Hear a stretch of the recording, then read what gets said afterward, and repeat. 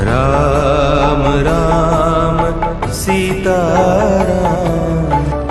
राम राम सीताराम।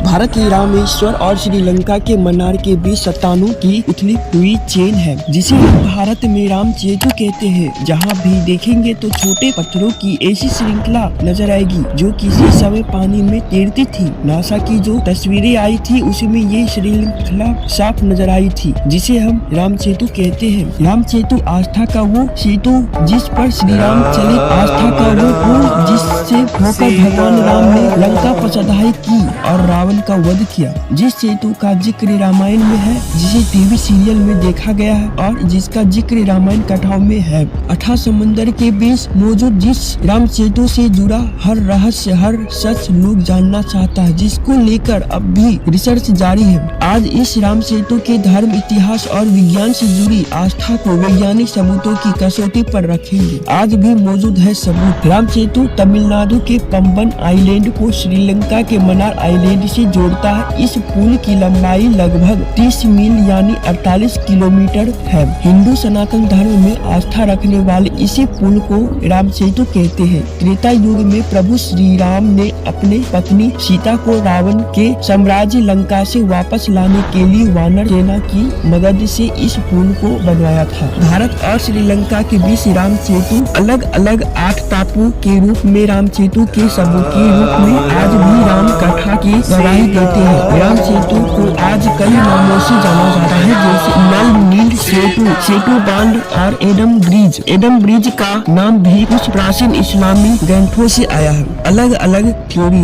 हिंदुओं की आस्था कहती है कि पुल श्री राम की वानर सेना ने बनवाया। एक पक्ष ऐसा जो कहता है कि पुल प्राकृतिक है, जिसे आस्थावान हिंदू पवित्रता का अनादर मानते हैं। देश में इस पर राजनीतिक, पौराणिक और वैज्ञानिक बहस भी हुई है और ये बहस पिछले कई वर्षों से जारी भी है। राम सेतु प्रभु श्री राम का बनवाया था। राम सेतु प्रभु श्री राम का बनवाया पुल है।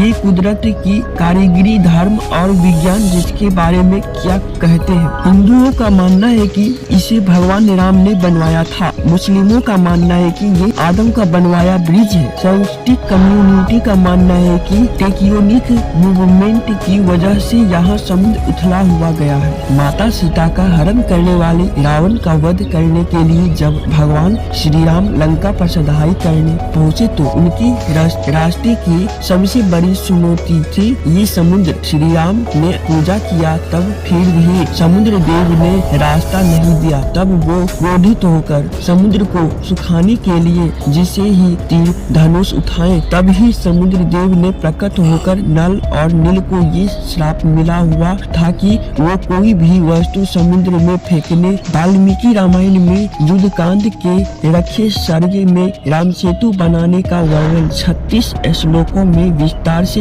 वर्णन है। श्री राम ने नल के नेतृत्व में वानरों की सेना को समुद्र पर पुल बनाने के लिए कहा और तार, नारियल, कथा, आम, अशोक और नीम जैसे पेड़ों को वानर समुद्र में फेंकने लगे। वहाँ बलशाली वानर बड़े बड़े पत्थरों को ढोकर वहां पहुंचाने लगे। कुछ वानर रस्सी को थाम पुल की सीध को ठीक करते थे। नल और नील की अगुवाई में वानर सेना ने 5 दिन में ही 100 योजन का पुल बांधकर लंका के सुमेल पर्वत तक पहुंच गई और फिर श्री राम ने रावण वध कर लंका विजय पाई। तुलसीदास ने भी रामचरितमानस की लंका कांड में लिखा है, आनी देही नल नीलही रसही ते सेतु बनाई। यानी वानर और भालू ऊंचे ऊंचे पर्वतों और पेड़ों को उखाड़ कर लाते और नल नील को देते, वे उन्हें गढ़ कर समुद्र में गढ़ कर सुंदर सेतु बनाते। आज भी देखे जा सके हैं पत्थर। स्कंद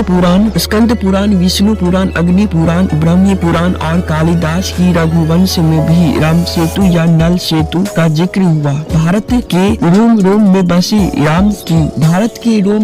बसे राम की आज भी मान्यता उतनी है जितनी पौराणिक काल में थी। आज भी ऐसे कई प्रमाण हैं जो साबित करते हैं कि प्रभु श्री राम और पूरी रामायण की अस्तित्व आज भी है। पौराणिक ग्रंथों के मुताबिक राम सेतु जिन तैरते पत्थरों से बनवाया गया था, वैसे तैरते पत्थर आज भी रामेश्वर में देखे जा सकते हैं।